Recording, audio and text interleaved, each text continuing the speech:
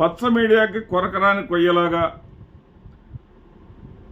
ఉండేటటువంటి వ్యక్తి ఎవరు వైఎస్ఆర్సీపీలు అంటే నిస్సందేహంగా విజయసాయిరెడ్డి గారు.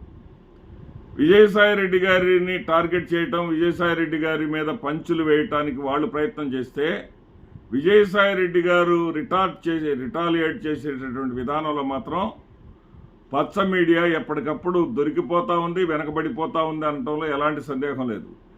తాజాగా విశాఖపట్నంలో వైవి సుబ్బారెడ్డి గారిని, విజయసాయిరెడ్డి గారిని ఉద్దేశించి ఆంధ్రజ్యోతిలో ఒక ఆయన గుడిని మింగే ఆయన అయితే మళ్ళీ రెండో ఆయన గుడిలో లింగాన్ని మింగే ఆయన అనేటువంటి విధంగా వాళ్ళిద్దరిని కించపరుస్తూ వార్తలు రాసినటువంటి అతనికి ఓపెన్ ఛాలెంజ్ చేశారు విజయసాయిరెడ్డి గారు.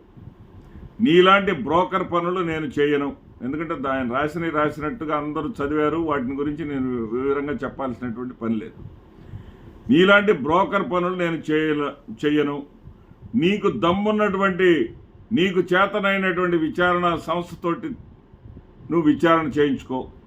నువ్వు సిబిఐని తెచ్చుకుంటావో, ఏ సంస్థను తెచ్చుకుంటావో నేను రెడీ. నువ్వు రెడీనా? ఒక సాధారణ జర్నలిస్టుగా 100 కోట్లు నువ్వు ఎలా సంపాదించావు? ఒక సాధారణ జర్నలిస్టుగా 2 మీడియా సంస్థల్ని కొనుగోలు ఎలా చేయగలిగావు? నీవు విచారణకు సిద్ధమేనా? నువ్వు ఒక జర్నలిస్టుగా మీ యొక్క సంస్థ మేము చెప్పేటటువంటి వివరణలు కూడా మీ పేపర్లో వేసేటటువంటి లేదా మీ ఛానల్లో చూపించేటటువంటి దమ్ము ధైర్యం నీకుందా అని నేరుగా ప్రశ్నించడం కానివ్వండి. విజయసాయిరెడ్డి గారు నా ఛాలెంజ్కి నువ్వు నిలుస్తావా? ఎక్కడికైనా సరే సిద్ధం.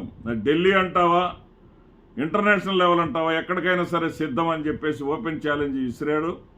ఇక వేమూరు రాధాకృష్ణ ఏమి చేస్తాడో మనం వేచి చూడాలి.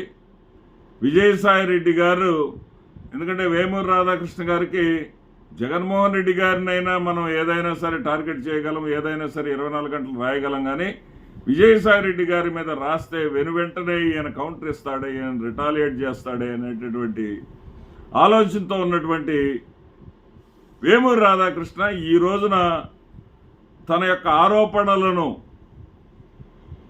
నేను రుజువు చేస్తానని ముందుకొస్తాడా, తోక ముడిచి పారిపోతాడనేది వేచి చూద్దాం. నమస్తే.